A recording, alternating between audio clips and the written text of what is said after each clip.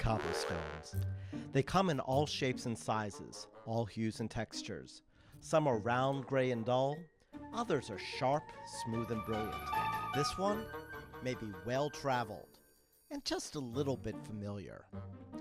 Julio Urdaneta has been in the journalism game for a long time. He's produced countless articles for print and radio and developed stories for TV and social media. Most recently, his focus has been tuned to international economics. But recently, he tells me his thoughts have turned to hell, and not because of politics. Apparently, it's my fault. So, with little idea of what I'm getting into, I'm handing over control to Julio. I really don't know what he's going to ask, but I do know it will be another cobblestone to place on our path. As I read through the pages of Hornytown Chutzpah, a thought came to mind. How much of you as the author isn't so wise? It's interesting because on the surface level, Saul is very much not like me. How so? I am not as cynical. I am not foul-mouthed. And I have never spent a lot of time in hell. No. Or compromised my ethics to the degree that Saul thinks he has. However, you're a longtime DMV resident. Which puts me adjacent to hell, which we discussed in the last episode. And I remember that episode at the Walmart parking lot. Yes. Yeah, every so often if I'm cut off, I can spout some language that my mom wouldn't be proud of. But there's another level in which there are definite things from my life that I've pulled out. Okay. My aunt fairly recently read the book and she said, that bar mitzvah scene was yours. And I'm like, not entirely. But as you remember from the novella, there's a flashback in which our detective experiences a moment in which he goes for his bar mitzvah. But having been raised secularly, as I have been, he was never taught to read and speak and understand Hebrew. Yeah. So what his parents decided to do is what my parents decided to do, is they basically gave me a month with a cantor, and they taught me the phonetics. They taught me the sounds. Yeah. And then I went in front of the bima on the religious platform, and I had my bar mitzvah. Now, the difference in action was I had Saul freeze. I had him look at the characters he was supposed to say and just not be able to function. And he says there was no cueing because he had no understanding of what he was supposed to say. It was purely a memorization game. I got through it. And as I said, Saul was led away from God by his failures. So it starts with something that is within my experience, but then it becomes fictionalized. Then you take another avenue and you say, what if? And there is a story, and I've shared this story with you before. Yeah. One of my favorite stories back in my NPR days was with a rabbi named Sonny Schnitzer, and Sonny managed to convince Castro to take his congregation to Cuba and reteach the Jews there how to be Jewish again, because they were moving from an atheist to a more secular society. Interesting. And hearing the joy of these people getting to hear their language again, getting to hear their joy at being able to learn the steps of their traditional dances and their traditional songs, even though they understood not a word of it, was amazing. And to this day, I think about a question that I asked Rabbi Schnitzer in the interview, which was, so why is it different here? Why are Jews in America not very Jewish? And I remember him looking at me very earnestly and saying, because it's too easy. Interesting. We don't feel threatened, so we take it for granted. And so I think there is this sort of thought in combination of what it means to be in an other group, but also being invisible, also feeling safe most of the time, and what it means to navigate those twin worlds, which you certainly understand as someone who comes from Venezuelan Yeah. heritage, and other people from different minority groups understand also the twin ways you live your life. Absolutely. And I even can relate to what you're saying about learning your religion's Doctrine, dogma.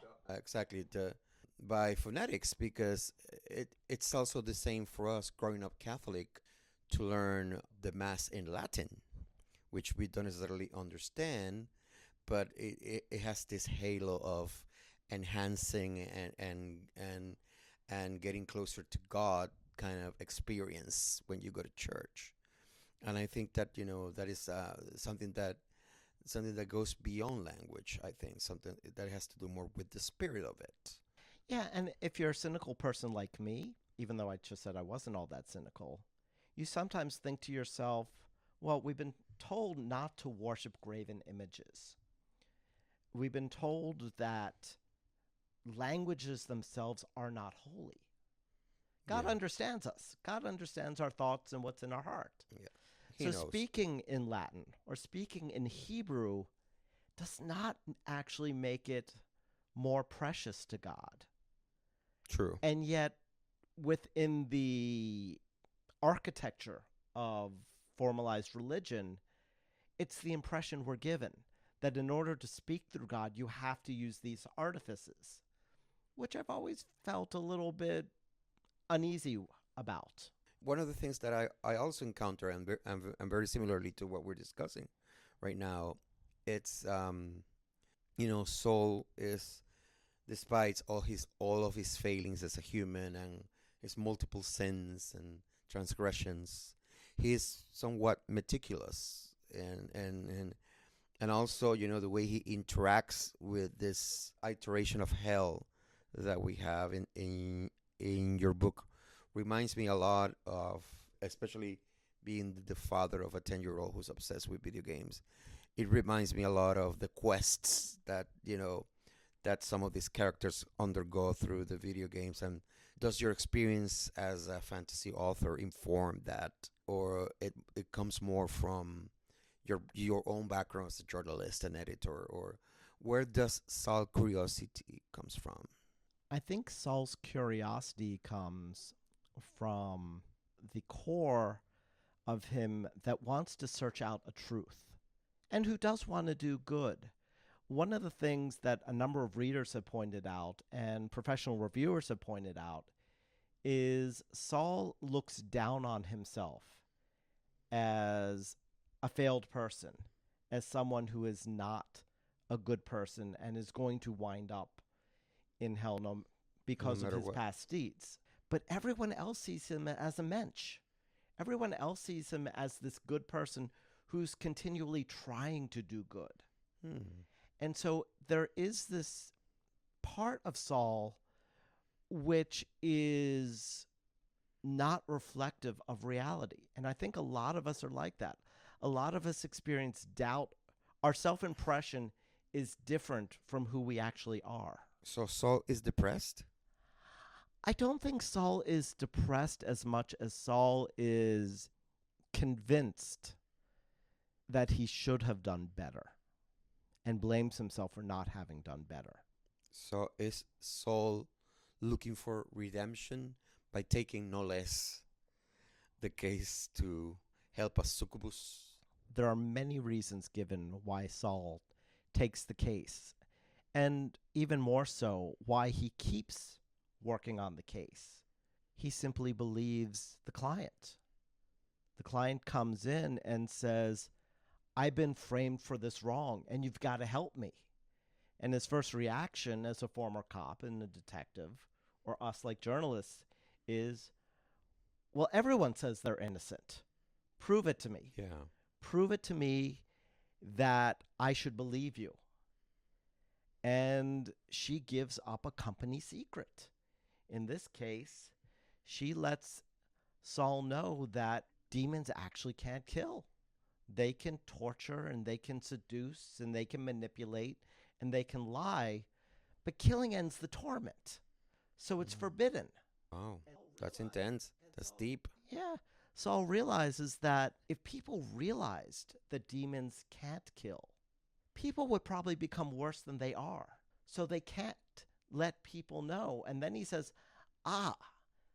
that's why you chose a detective instead of a lawyer, because a detective is going to try to solve the crime, not work an argument. A lawyer's going to try to use everything to convince people why you were framed or why you couldn't be guilty. Interesting, yeah. And so this is why he first believes. And then people start hunting him and start threatening him. And that further convinces him that there's something strange going on worth pursuing. And then I do think that there is this part of him that honestly believes in the spirit of tikkun olam, which is the Jewish philosophy of repairing the world or leaving the world in a better place than you found it, even if it's by a hair. And so this is a gift. This is an opportunity to try to make the world a little better by correcting a wrong. And so I think all these reasons combined is why Saul sticks to the case. Now, where is Saul now? What is he doing now? Well, where we leave Saul is, and I'll try to do this without spoilers, at the end of the novella, he has learned so many company secrets that he's not actually allowed to leave Hornytown. He's not actually allowed to leave hell. If there was a movie version of Hornytown Chutzpah, who do you envision as this super complex character? So George Lucas once said when he was filming some of his major epics that he didn't want a star because he thought that the moment you see a star, that's who you're seeing. And I think if we had someone who was really famous, someone who, whether he was a comedian or a serious dramatic actor, I think I would need more of a comedian, then it would be tough to separate them from the role. It would be tough to lose yourself into the story. So while someone like, going old school, a Peter Falk or a Bob Hoskins or a Nathan Lane might actually make a very interesting Saul. Well, yeah, at least Nathan Lane is alive. It helps. Yeah, that helps a lot, yes. I think what I'd actually really like is someone who, when you see this character, the only thing you see is that character. So I'd want someone who has the ability to pull off a Mel Brooks movie. And yet someone who has the ability That's to a also... tall order. It is. Also has the ability to have those very sincere, heartfelt moments. Because Hornytown Chutzpah, as campy as it is and silly as it is, also has these very poignant, sincere moments. No, it is. We'll explore more of the book in the next episode of this series. I just wanted to say before we cut here that I am honored and grateful for this opportunity to participate, and I'm a huge fan of your work, and I can't wait to read more of these adventures.